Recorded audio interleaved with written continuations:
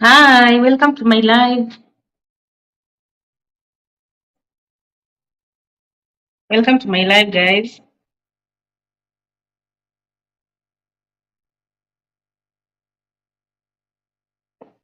So today's topic we're gonna discuss about expectations and reality. What people expect about living abroad and working abroad versus the reality on the ground. But before we start on our topic, I would love to answer a question that people have been asking me in my inbox. Most people have been, I have this question like, people have been asking. So because you say that the agency caters for everything, like the Arab boss pays the agency some fees to to enable someone to travel, like to pay for your visa and ticket and everything. Um, when do someone start getting paid? That was the question. It is in the comment section in my previous video if you have watched. When do someone start getting paid, and do they deduct the salary? Those are some of the questions that I normally get.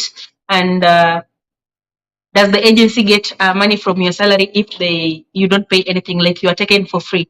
Do you pay agency some fee from your salary?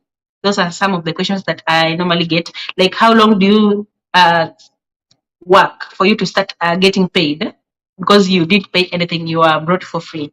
And another person asked, in case that you are taken back to the country, maybe like you didn't finish your 2-year contract, uh, does it mean that you have to pay the agency their fee? That was the question.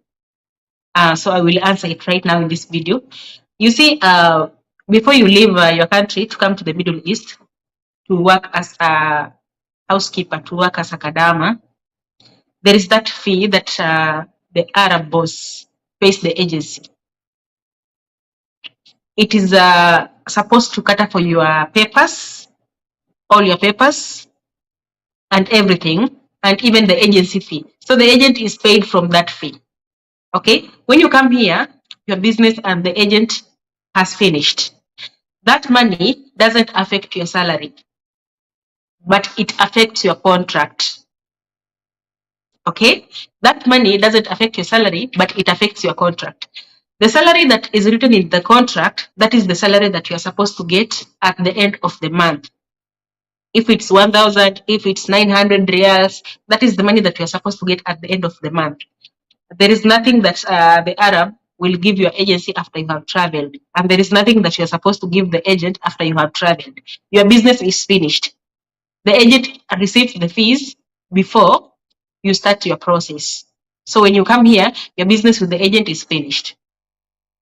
The money that is you have signed the contract, that is your salary. That is the money that you are supposed to get at the end of the month. Okay? No deduction, no nothing.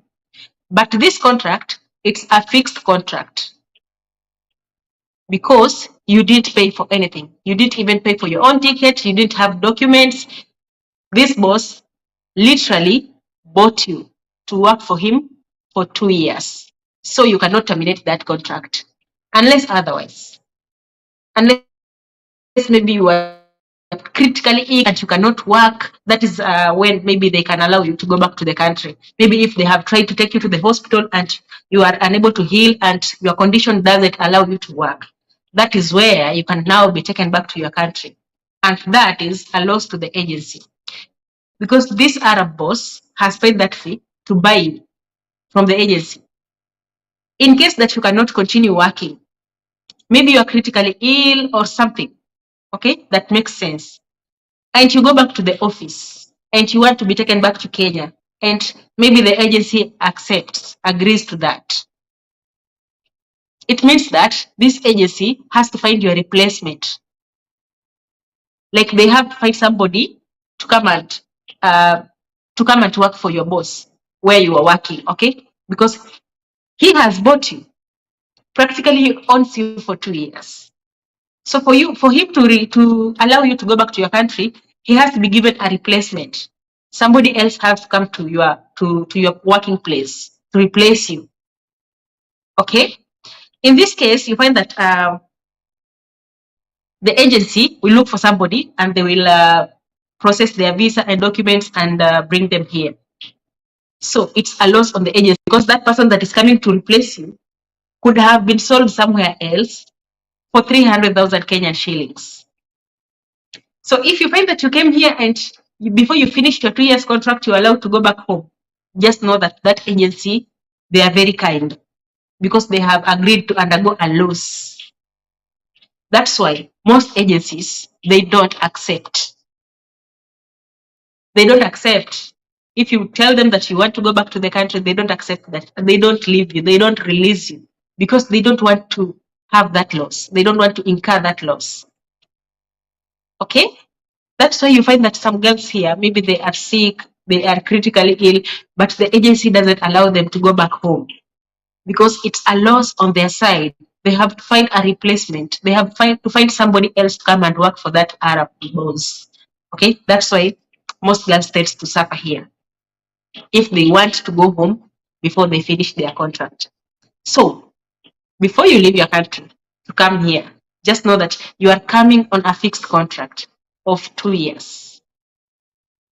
Whether your mama will die, whether your child will die, you will work for those 2 years before you'll be released to go back home. Okay? After you finish your 2 years, now you are not working under agency. You're not working under agency. Now it's agreement between you and your Arab boss. You're not on contract now. After you finish your 2 years, you are working under agreement. The agreement between you and your boss. There is no business between you and the agency now. Okay? Now this is the time that maybe if you want salary increase, you can negotiate. You can negotiate with the boss if you want salary increase at this particular moment. Because if you are continuing to work in that house past 2 years, like after 2 years, after you finish your contract, it means that the money that they bought you have, like, you have finished that term that they bought you. So now you don't belong to them. You are free. You can work or you can decide to go back to your country. So if you want to continue working in that house, it's your agreement. It's an agreement between you and your boss. You can sit your boss down and decide, I'm going to continue working here, but this is the amount of money that I want you to pay me. So that is the time that you will demand a salary increase if you didn't have any. If you don't settle on a common interest, like if you don't get along, you don't agree, then you leave that country and go back to your country. But if they agree to give you a salary increase, which I know they will, because at this time they are not going to pay agency any fee. Like it's free, you are already there. So they are saving that 300,000. If you go back to your country and decide you're not coming back, they have to get another girl to work for them, and they have to pay that 300,000 Kenyan shillings for another girl to come and work for them. Okay?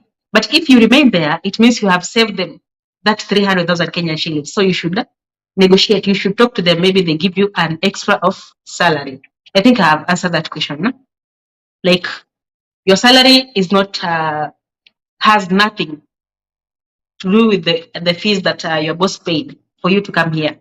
You're supposed to be paid the amount that you signed in the contract, whether it was 1,000, whether it was 900. That is your salary. It is not affected by the fees that your boss paid to the agency. In case that you want to terminate your contract, it's a loss to the agency. That's why most agencies don't allow that. That's why you will find that even if you are sick, you will be forced to work because that boss owns you for 2 years. So now let's go to our today's topic: expectations versus reality. Expectations versus reality. You know, when I was growing up, when I was young, and I used to hear like this family here, they have someone working abroad, and you know, the expectations I had, that picture I had in my mind of someone who is working abroad, like this person is filthy rich, earning millions, living fancy life. That is what was in my mind when I heard that somebody is working abroad. Like I expected them to be driving cars, owning big houses because they are working abroad. They're not working, like there is that particular respect I gave them. So before I thought of coming here, I had that picture in my head, like I want to travel, I want to go abroad, so I will become rich. You know, I always admired to go abroad when I was growing up. Like, I want to go and work abroad and become rich, buy that big car, working abroad. So there is that time. Before I came here, there is that time my cousin was working here, and she came back to Kenya. She was working in Qatar, by the way. She was not working in this country, but she was working abroad. At that time, I was 6 years. So when my cousin came and she had undone hair, she was working in the Middle East, and we lost our uncle, so she was coming for the funeral, and she had undone hair, and she was coming from Majuu. She was coming from abroad. You can imagine the disappointment I had. I was like, oh my God, you're coming from abroad. I was expecting maybe she has that beautiful hairstyle, that big wig, she will come driving, that expectations. Like, because she's working abroad, she's supposed to be filthy rich. That was what I was expecting from her. But that is not that is not what happens to the ground. Most people think that when you're coming here to work here, like there is luxury.